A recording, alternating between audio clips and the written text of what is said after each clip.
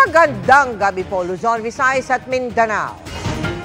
Tinawag ni Vice President Sara Duterte na Best Dramatic Actor ang amang si dating Pangulong Rodrigo Duterte, kaugnay ng pagharap nito sa investigasyon ng Kamara sa War on Drugs. Sinagot din ng bise ang umano'y bank accounts na tinukoy ni dating Senador Antonio Trillanes. Hindi rin daw dadalo ang bise sa panibagong imbitasyon ng Kamara para sa pagdinig sa confidential funds ng kanyang tanggapan. Nakatutok si Marisol Abduraman. Sabi niya, kumusta yung performance ko? And I said, best dramatic actor. Ito ayon kay Vice President Sara Duterte ang naging usapan nila ni dating Pangulong Rodrigo Duterte kasunod ng pagdalo ng huli sa pagdinig ng Kamara sa drug war ng ama. Galing ang busy noon sa budget deliberations sa plenaryo ng Senado at dumiretso sa Kamara para samahan ang ama. Nagsimula yung araw niya 6 a.m. and mga around 10:30 p.m. na ata yon. Sinabi nung na baka low blood sugar na, so ay hindi ko makain. Nagpaalam ako na i-excuse na lang siya, but ayaw niya, pero naniwala naman siya nung sinabihan namin siya na kumain na muna siya. Bilang abogado, hindi umano maintindihan ng BC ang rules na ginagamit sa hearing. They use inquiry and investigation interchangeably. So hindi mo alam if it's an inquiry, you're a research person. If it's an investigation, you're a witness or an accused.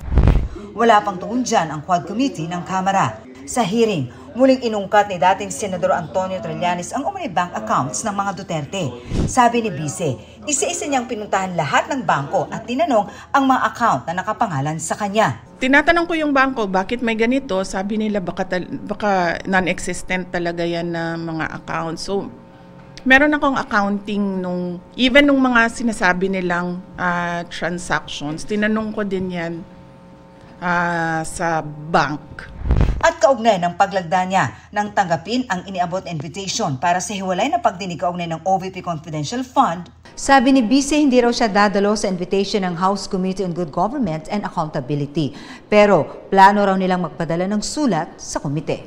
We plan to say why, and then I plan as well to submit an affidavit about the confidential funds. Under oath din naman yung affidavit na yan. Inipitan nila ako isang beses lang doon sa unang-una. Pumunta ako, umupo ako doon. Hindi man nila ako tinanong. Kung nakikita nyo, nakaupo lang ako doon. Nasasayang yung oras ko, kaya nagpaalam ako kung pwede akong umalis. Pinayagan naman nila ako. Tila nalimutan din daw ng komite na imbitahan si VP Sara sa hearing. Dahilan kung bakit hindi siya nakadadalo sa mga pagdinig na nauna na niyang sinabi sa isang panayam sa Senado. Inipitan nila ako isang beses lang. Tinanong din ng bise kung nag-aalala ba ang pamilya Duterte ngayong ang kanilang padre de pamilya na mismo ang may gustong maimbestigahan ng ICC. Meron din akong lawyer sa ICC, but wala. Hindi kami nagkausap kasi after nung hearing. Siya siguro ang dapat maghanda kasi siya yung mauunang dalhin doon eh. Sa akin, wala pa naman eh. Sabi ng mga tinatanong namin, wala naman ako doon sa complaint, wala pa ako doon sa investigation, wala pa lahat. Pero naghahanda.